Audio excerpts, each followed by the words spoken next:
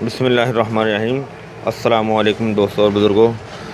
मैं ਤੁਹਾਡੇ सामने एक नवीं और बड़ी अच्छी और बड़ी ज़बरदस्त एक रमज़ान शरीफ के हवाले दे नाल यानी कि रोज़े की आसानी वास्ते एक वीडियो छोटी जी ਤੁਹਾਡੇ सामने पेश कर रहे हैं और बहुत ही अच्छा और बड़ा पुरसकून और प्यास नूं बुझाउण वाला ये फार्मूला है जिहड़ा कि तुसीं देख रहे हो कि सिर्फ 3 चीज़ां ने इहदे च ज़्यादा नहीं लैनियां।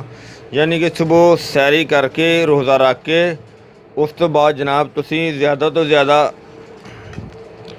3-4 ज़्यादा तो ज़्यादा 5 इलाचियाँ लैनियां ने।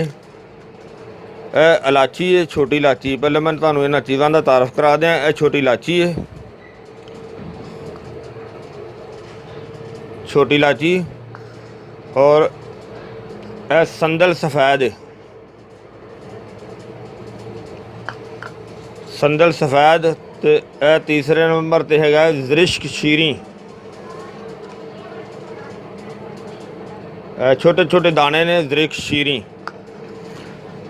तुसीं ज़रिश्क शीरी जिहड़ी है वो चाय वाली अद्धी चम्मच, चाय वाली अद्धी चम्मच लैनी है। यह बड़ी चम्मच है लेकिन तुसी चाय वाली अद्धी चम्मच लैनी है।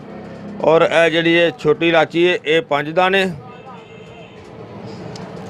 और यह जी संदल सफ़ैद है ये बिल्कुल एक चुटकी लैनी है, एक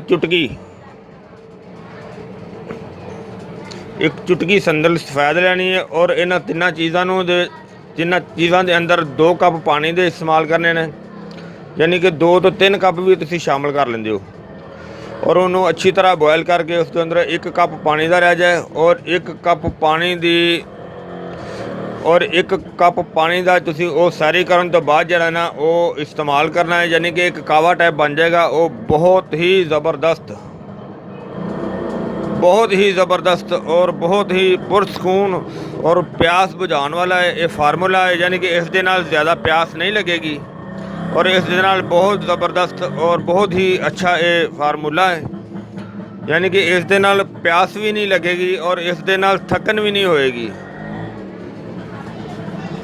और ये बहुत ज़बरदस्त फार्मूला है, बहुत ही अच्छा फार्मूला है और एक खुशबूदार कहवा बनेगा।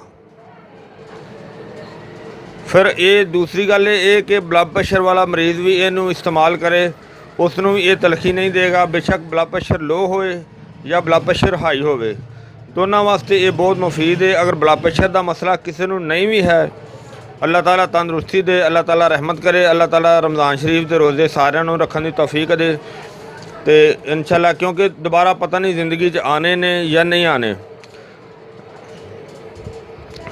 लेकिन ये जिहड़ा फार्मूला है ये इस्तेमाल जिहड़ा मर्जी कर सकता है, छोटा वड्डा कर सकता है, लेडीज़ एंड जेंट्स औरत मर्द सारे ये इस्तेमाल कर सकते हैं।